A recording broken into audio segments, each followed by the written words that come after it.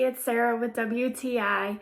I'm here to show you one of my household favorites today, our Wick diffuser Botanicas.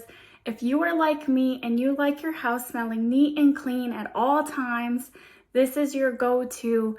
Also, I've tried multiple different diffusers over the years, various scents, to no avail.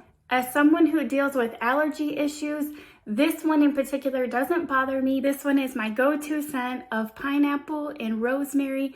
It's very light and not overpowering like a lot of diffusers are. And it's very simple to use. You just pop this diffuser cartridge out.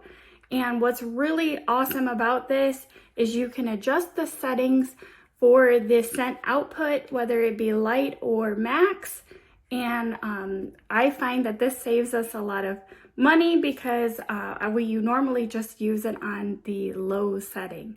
So you take the cartridge and you just simply click it in, and then you plug it into your outlet.